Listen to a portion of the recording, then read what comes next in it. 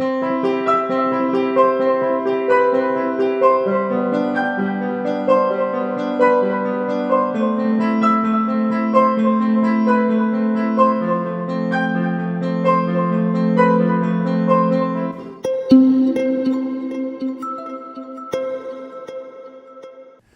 welcome to another edition of Family and Community Focus. I'm Kevin Miller, and with me today is Dr. Carol DeNysschen.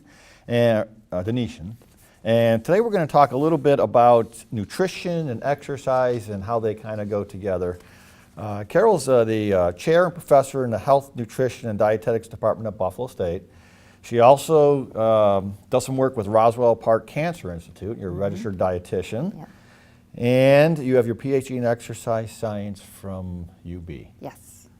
And your research interest, which fits the topic today, Yes, is yes. nutrition and exercise intervention in chronic diseases, which means you focus on health behaviors, and the impact of choice Yes. on diseases and how people live. That's right. So thanks for joining us. You're welcome. Thanks for having me. So maybe we'll talk a little bit about your background, how you evolved into nutrition and this whole science and Great. Becoming an expert. Well, it goes back a ways, and I went to school at Cornell University in biology. And in my senior year, I started thinking about, whoa, do I want to work the rest of my life with a white lab coat in a lab with petri dishes, et cetera? But the great coincidence was I was able to take an elective, and it was a nutrition elective. And as soon as I started that course, I thought, whoa, this is really what I like, and this is what I'm passionate about. So I finished at Cornell. Then I came back to Buffalo, got my dietetics degree from Buffalo State College, and sat for my registration exam and became a registered dietitian. And while working as a registered dietitian, I started to look at community health and looking at some of the disparities, et cetera. So I put my thinking cap on and thought I need to get more experienced and more qualified in public health. So I went to the University of Minnesota, have my master's in public health degree, and came back to Buffalo working and realized that, as we all know, you can't separate exercise and nutrition. If you want to look at the whole package, it's both. So I love exercise and I believe in it. So I went to UB and finished my doctorate in exercise science. And after that, I worked at UB a bit and then went to Buffalo State College, and where I started to do the research and the teaching and the You've had quite a career so far. Oh, absolutely. I've enjoyed it all. So what is some of the research that you've done regarding exercise, nutrition intervention, and what are some of the thoughts that are out there right now? I've done quite a bit of a variety of research projects, and the ones that I think fit this topic here today is, my passion is breast cancer women, and I look at what are some of the exercise and nutrition impact on treatment and recovery as well as longevity. And a couple of the studies that we've done look at how, and we've found that exercise has increased the quality of life for people with breast cancer, whether they're in treatment or after treatment survivorship. So exercise, even during treatment for cancer, is important because it does enhance quality of life. It also helps decrease some of the signs and symptoms of treatment. Women that are fit fare better during treatment, and women that are experiencing exercise along with good diet have less chance of recurrence of the cancer. And another area that I started to play in is exercise and nutrition intervention with teenagers living with cancer. And that study itself showed that, if you can get teenagers involved in exercise as well as teach them about proper nutrition, it's a critical point in life. They're starting to make their own choices. So if you can educate them on what the proper choices are, then they feel better, they have better fitness, they have better body composition, quality of life goes up. You were talking about some of the aftermath of maybe even surgery or something like that. Yes. And one of the things I've heard doctors say is, we can get you through the surgery, but it's your recovery that's going to be the most important part. And what you're saying is having having something you can fall back on, or being physically fit, or doing some exercise, or doing something with the power of nutrition and exercise. Absolutely. And it's not too late if you're not fit before. We always try to get people, now the real focus is on getting proper nutrition and I should say fitness even before you go into surgery, because that even decreases the recovery time. But even if you can't do that, if you don't have enough time, just getting back up on your feet sooner than later helps the recovery process. Are we experiencing a big problem with physical inactivity in this country? We certainly are. And the statistics aren't exciting. I guess I'll have a job forever, right? But the sad part is about 1 in 5 Americans gets the recommended amount of exercise, which is 150 minutes a week of, you know, moderate to vigorous exercise. And that means you can walk and talk, but, you know, it's uncomfortable. Like if you want to do vigorous exercise, it would be uncomfortable for you to work out and sing at the same time. So a couple hours a week. Yeah, it's just really, you know, a few minutes a day, really 30 minutes a day is what you should strive for. And even if you can't do it all at once, if you can just break it up and get little bits of time of exercise. And there are wonderful apps out there that help you, motivate you, and help you record what you're doing for your exercise. We've got the tools. We've just got to educate and excite people to get involved in that. Now, you were talking about you're working at Roswell Park with the cancer and stuff like that, and talk about the connection with the exercise and you know, how that works. So a lot of people that come into to an exercise study aren't real fit. So we really work with that. We want to get people to be educated on not only getting fit, but why is it important? And some people that that are maybe obese, above their recommended body weight, they tend to feel like, what's the use? Why should I even bother? I can't lose those 5 pounds. But it's the mere exercise itself, the physiological changes of getting out there and moving your body that are beneficial even before you experience that weight change. But we've all been educated, and we've all had a lot of evidence that being active helps people manage their body weight. It helps them increase the amount of calories they burn. It helps them improve their muscle mass, and muscle mass burns more calories than fat mass. So just educating people to get involved, and I always try to encourage people. They always say to me, well, what's the best exercise? And my typical answer is whatever it is that you like to do to move. If you want to, you know, stroll, that's fine, at least you're moving. If you like to rollerblade, anything that you like to do, yoga itself is an important exercise. Is this the concept? Let's get the blood flowing and the oxygen working for you. Absolutely. And the biggest deterrent for people, and I can tell you, is just getting on those sneakers and walking out the front door.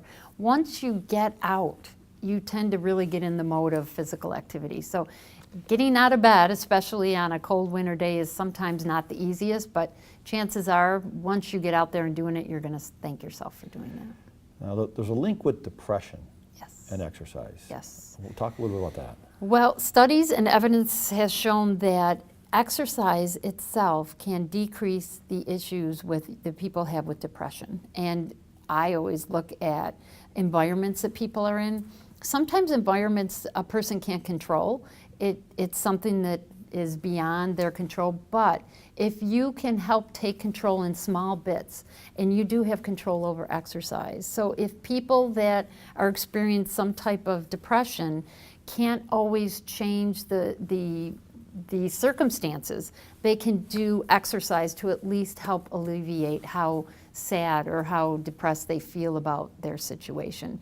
And again, I can't stress enough that once a person starts to exercise, that feeling of euphoria, a natural feeling of good, comes from exercise itself. There are no aids. I wonder to what extent it's that you take your mind off of what. Yep. Well, it's not like a mind thing, because depression is more than that. But Yeah. you focus on something else a little bit. You And give maybe yourself a break. Yeah. Yeah, you stop thinking about it and obsessing about things. You give that little break. It's So one of the things important. you mentioned about is intensity.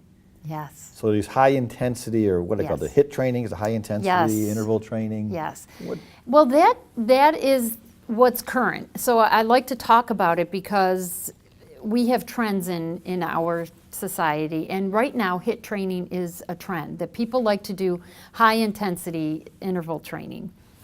And studies do show that it does burn more calories on average than resistance training or long distance aerobic or long time aerobic.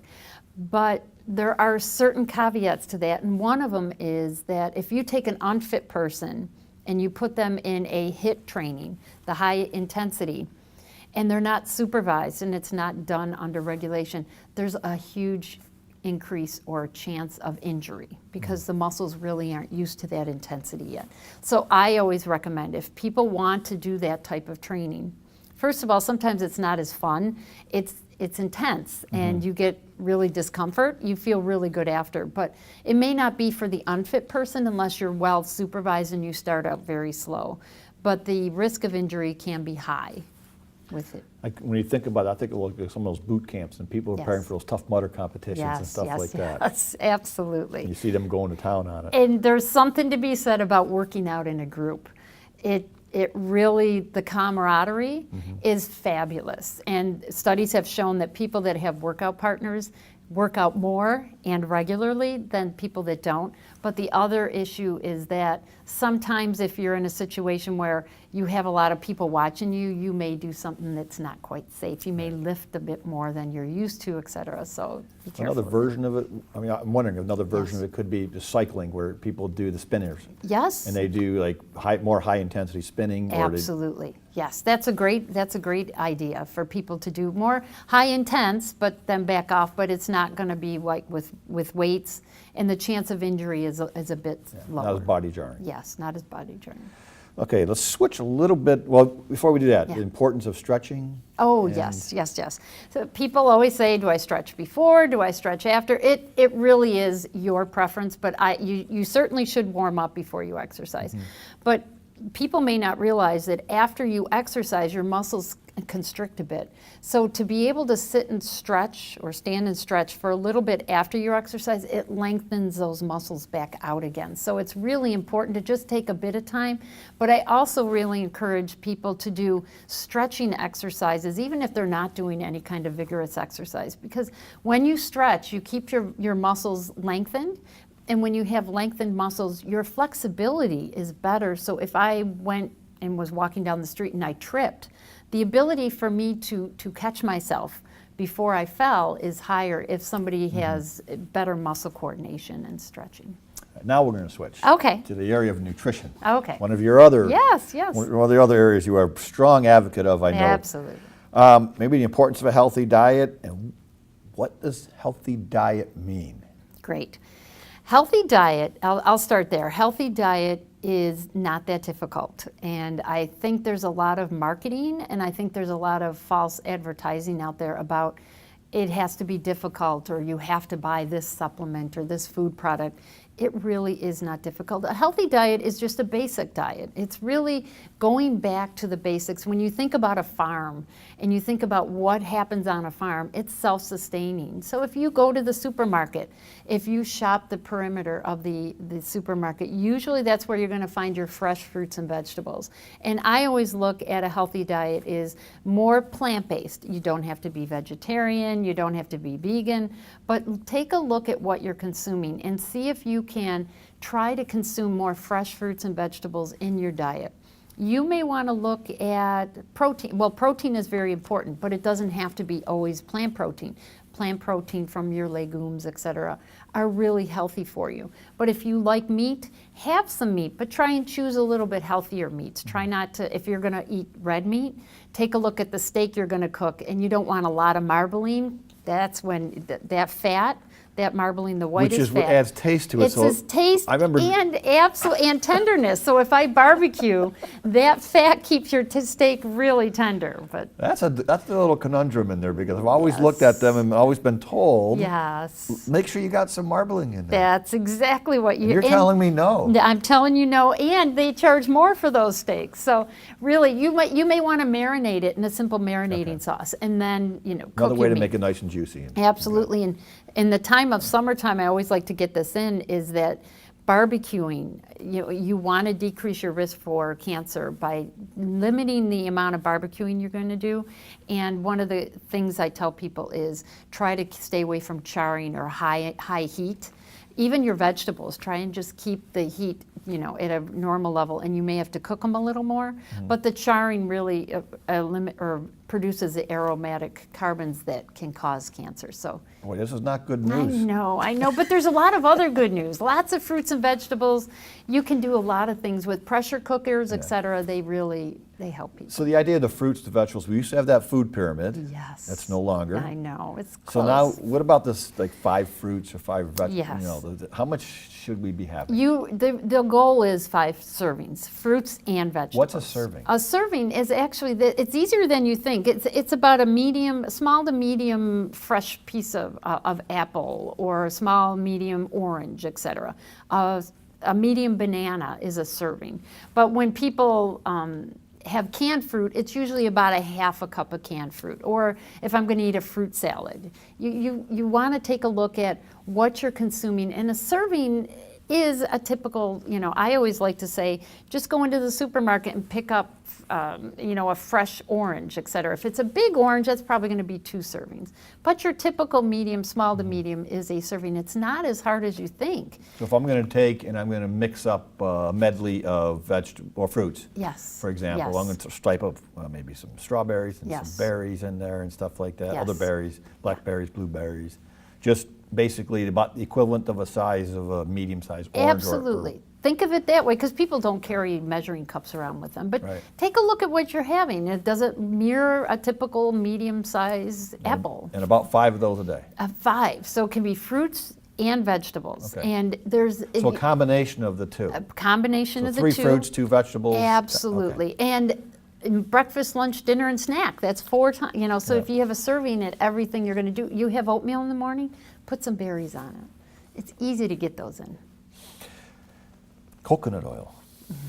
It seems to be gaining some attention. Yes, Is this a warranted attention, or is it a hyping? Yes. A little bit ago, I mentioned marketing Yes. and all this information out there.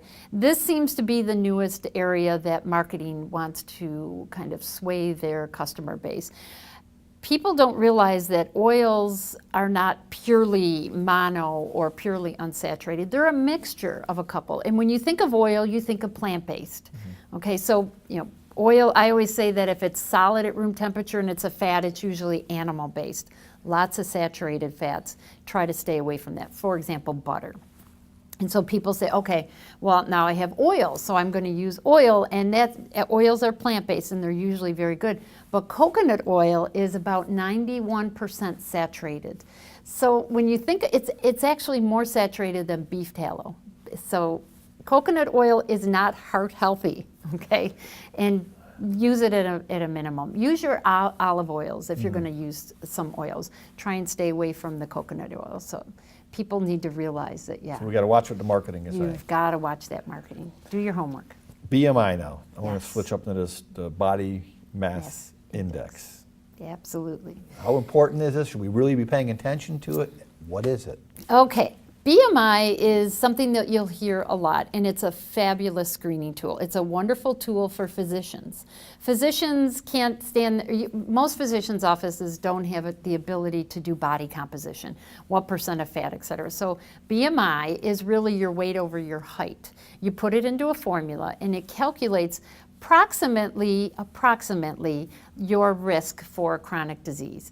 Now, the caveat is, it really doesn't work as well for active people. So if you're fit, it doesn't work as well. And I'll give you an example.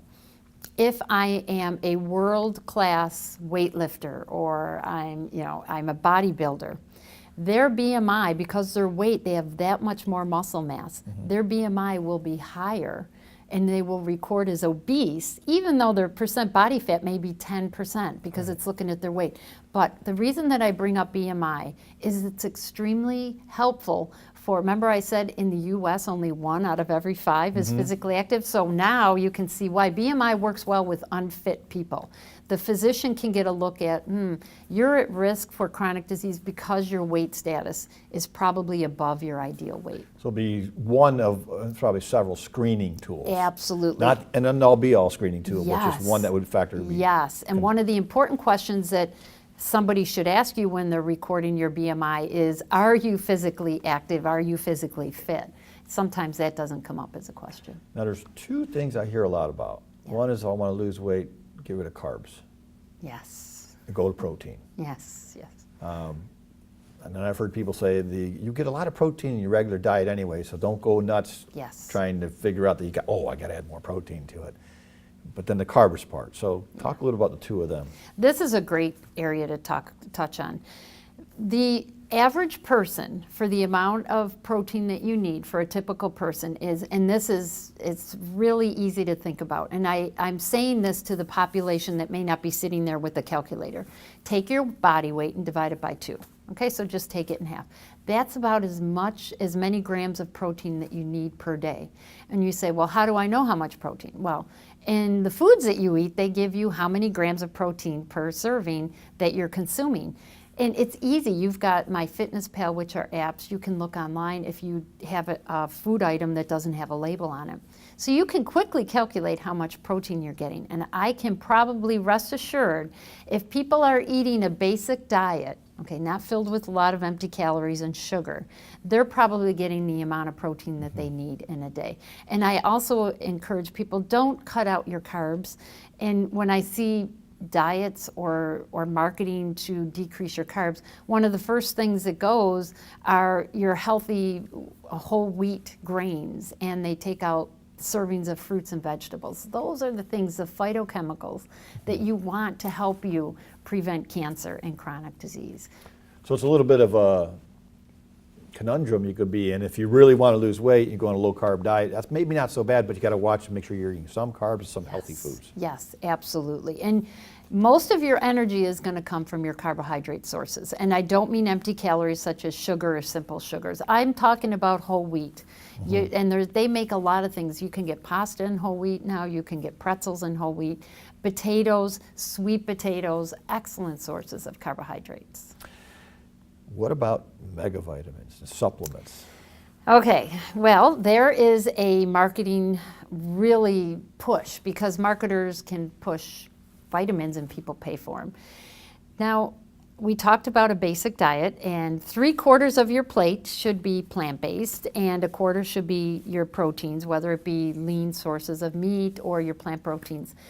I can probably assure if you don't have some kind of medical issue that you're getting the amount of vitamins and minerals that you need in the day.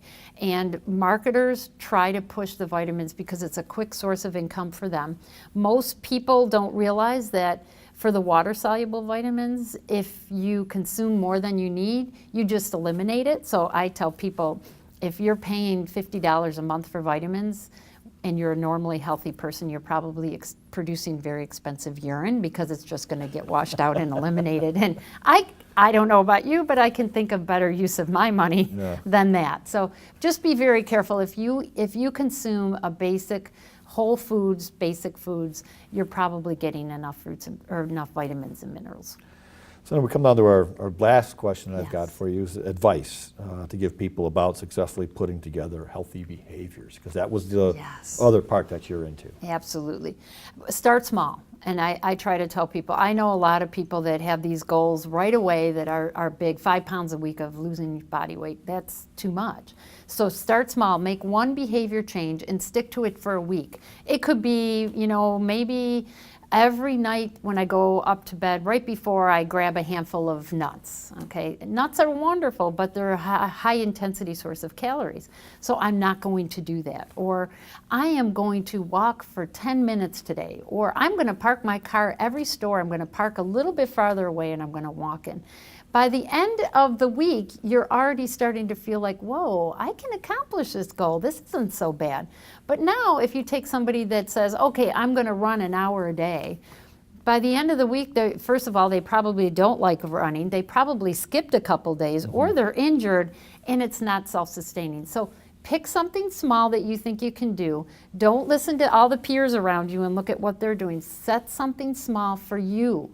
I even would love to tell people, try to eat or consume some kind of fresh fruit and vegetable twice a day. Start out small, twice a day. Whether I'm going to have an apple, an orange, I'm going to have some carrots, something very small, and try to do it for 7 days in a row. And if you miss a day, so what? Get back on the bandwagon and keep trying. Then once you accomplish that goal, you're much more self-confident that you can add on to that as you go through. Yeah, it's even another quick one is don't always take the elevator. You can take the Yes, stairs. absolutely. You know, if you're not living in a high rise Yeah, or something yeah, like yeah. that, but Yeah, you know, 3, that's 4 flights, 5 flights of stairs, that can add up real quick. It certainly can. Well, Carol, our time has come. It's a good thing you're cutting me off. I could keep going, but It Yes. is one of those topics and one of those I know. areas that I know we could do a lot more on. Yeah. But I want to thank you for coming. You're welcome. And thank you for sharing your time with us today. absolutely. We hope you appreciated another episode of Family and Community Science, and we look forward to seeing you again. Thank you.